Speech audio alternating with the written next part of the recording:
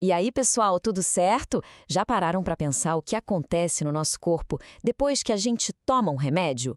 Hoje, a gente vai fazer uma viagem fascinante para desvendar os segredos dos medicamentos. Vamos entender como esse conhecimento pode deixar os tratamentos muito mais seguros e eficazes. Bora lá! E antes de começar, um agradecimento mais que especial ao professor Leandro e à professora Antônia Raimunda por este material de revisão que é simplesmente incrível.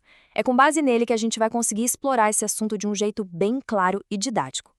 A pergunta que vai guiar a gente hoje é essa: qual é a jornada de um medicamento dentro do nosso corpo? Desde a hora que ele entra até o momento que ele vai embora. Vamos acompanhar essa aventura juntos? Olha que interessante. A aventura do medicamento começa bem antes da gente engolir. A forma como ele vem embalado, se é um comprimido, um xarope, um creme, nada disso é por acaso. Vamos descobrir o porquê? Pensa nos medicamentos como se fossem super-heróis, com uniformes diferentes. Os sólidos, como um comprimido para dor de cabeça, são os mais comuns. Os líquidos, tipo aquele xarope gostoso da infância, são ótimos para quem não curte engolir pílulas. Os cremes, para uma picada de inseto, por exemplo, agem como um escudo protetor bem no local. E as famosas bombinhas para asma são como um sopro de ar que vai direto para o pulmão, onde precisa agir. E aqui está o pulo do gato. A forma do remédio é como escolher a ferramenta certa para cada trabalho. Um xarope para uma criança é muito mais fácil de administrar, enquanto um comprimido para um adulto é super prático. Escolher a forma certa é o primeiro passo para a missão do medicamento ser um sucesso. Agora, que o medicamento está com o uniforme certo, qual é a melhor porta de entrada para o corpo? Existem vários caminhos e cada um tem suas vantagens e desvantagens. Vamos descobrir qual é o mais rápido. Pensa nisso como se fossem diferentes meios de transporte, sabe? A boca, a via oral, é a estrada principal, a mais usada. Já a veia, a intravenosa, é a via expressa, para quando a emergência aperta e o efeito tem que ser imediato. O músculo intramuscular é onde a gente toma a maioria das vacinas, uma entrega precisa. E a pele, a via tópica, é como um mensageiro que age exatamente onde o problema está. Resumindo, a via de administração é o mapa do tesouro do medicamento. A escolha do caminho certo vai depender da pressa que a gente tem para o resultado aparecer e, claro, da condição de saúde da pessoa. Ok, o medicamento já está dentro do corpo. E agora?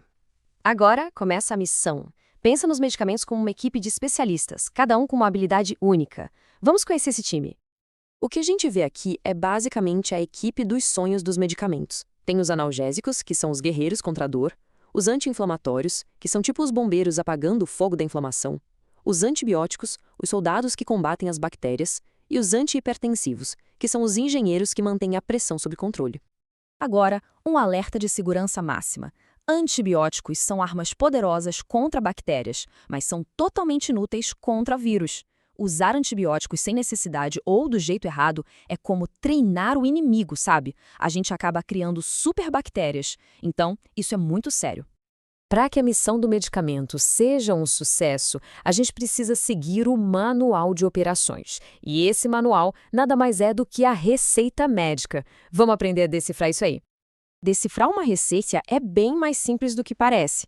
É só seguir um mapa com 4 pontos principais. Primeiro, o nome do remédio. Segundo, a dosagem, ou seja, a quantidade certa. Terceiro, a via, que é por onde tomar. E quarto, a duração do tratamento. Sem segredo, né? E olha aí o nosso mapa em ação. Amoxicilina 500 mg pela boca, um comprimido a cada 8 horas durante 7 dias. É como se fosse um GPS para a saúde, com todas as coordenadas certinhas para o sucesso do tratamento. E além do mapa, tem as regras de ouro. Ser super pontual com os horários, não abandonar a missão no meio do caminho, ficar de olho em qualquer reação estranha e guardar o equipamento em um lugar seguro. O sucesso da missão está nesses detalhes. Missão cumprida. Mas como é que o nosso herói faz a sua saída estratégica do corpo? Vamos descobrir como funciona essa grande finalização e o que acontece quando essa fuga não dá certo. O nosso corpo tem uma equipe de limpeza de primeira. Os rins são os faxineiros principais, mandando tudo embora pela urina. O fígado é o grande assistente, cuidando do que sobra pelas fezes. É o fim de um ciclo perfeito. E por que isso é tão importante? Porque se essa equipe de limpeza não estiver funcionando a 100%, o medicamento pode ficar preso no corpo, causando problemas. É por isso que o médico, às vezes, precisa ajustar a dose para garantir total segurança. Bom, a gente já viu a teoria, o jeito certo de fazer as coisas, mas o que acontece no mundo real quando as regras são quebradas? Se preparem, porque as consequências podem ser bem sérias. Aqui estão 2 exemplos que arrepiam. Primeiro, parar o antibiótico antes da hora. É como deixar o vilão escapar no meio da luta, só que ele volta mais forte e resistente. Segundo, engolir um creme que era para passar na pele. Gente, isso é basicamente se envenenar. A lição é clara, as regras não são sugestões, são a nossa proteção. E assim, a nossa jornada chega ao fim. Agora, a gente tem o superpoder do conhecimento sobre medicamentos.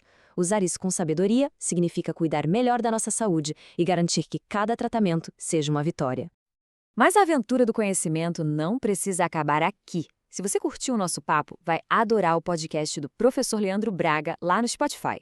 E se quiser mais materiais de apoio como este, é só entrar em contato. Muito obrigada pela companhia nessa missão e até a próxima!